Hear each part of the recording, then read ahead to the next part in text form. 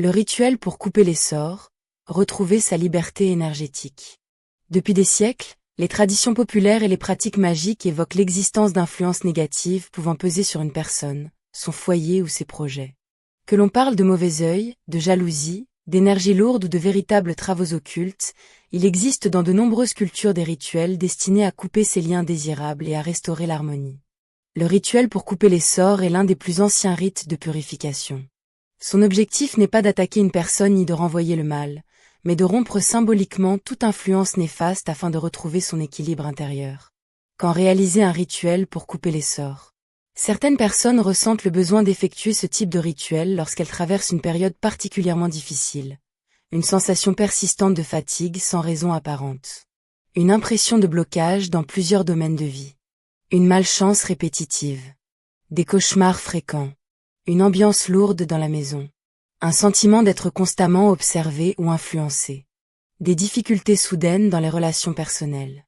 Bien entendu, ces manifestations peuvent avoir des causes parfaitement ordinaires. Le rituel agit avant tout comme un acte symbolique permettant de reprendre confiance et de se recentrer sur ses propres forces. Munissez-vous de une bougie blanche, un bol d'eau pure, une poignée de gros sel, une branche de romarin ou de sauge, une feuille de papier, un stylo noir, un petit ruban noir, une paire de ciseaux. Préparez l'espace. Choisissez un moment calme où vous ne serez pas dérangé. Aérez la pièce quelques minutes afin de renouveler l'énergie ambiante. Disposez la bougie devant vous, le bol d'eau à sa droite et le sel à sa gauche. Éteignez les distractions et prenez quelques instants pour respirer profondément. Allumez la bougie blanche en visualisant une lumière protectrice qui vous entoure.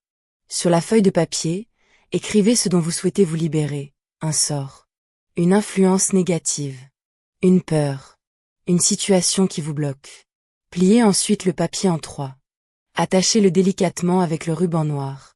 Tenez ce petit paquet entre vos mains et dites « Je coupe tout lien qui ne m'appartient pas. Je reprends ma force, ma lumière et ma liberté. Que toute influence négative se dissolve et retourne au néant.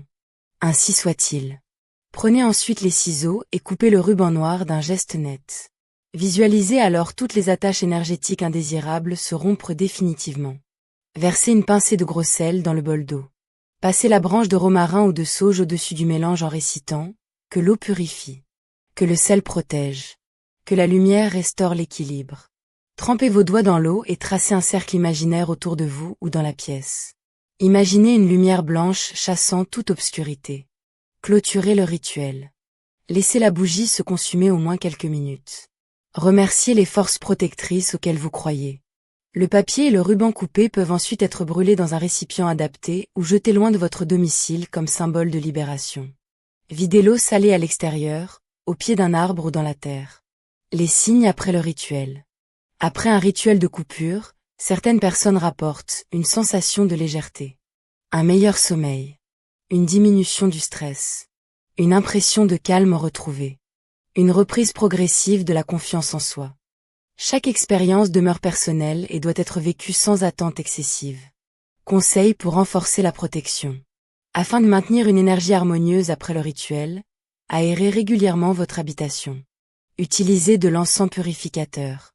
Portez un symbole protecteur qui vous inspire. Évitez les conflits inutiles. Cultivez des pensées positives et constructives. Le rituel pour couper les sorts est avant tout un acte symbolique de libération. Il permet de marquer la fin d'une période difficile et de reprendre le contrôle de son énergie personnelle. Que l'on y voit une pratique spirituelle, une tradition ancestrale ou un simple outil de recentrage, son pouvoir réside dans l'intention sincère de se libérer du poids du passé pour avancer avec confiance vers un avenir plus serein.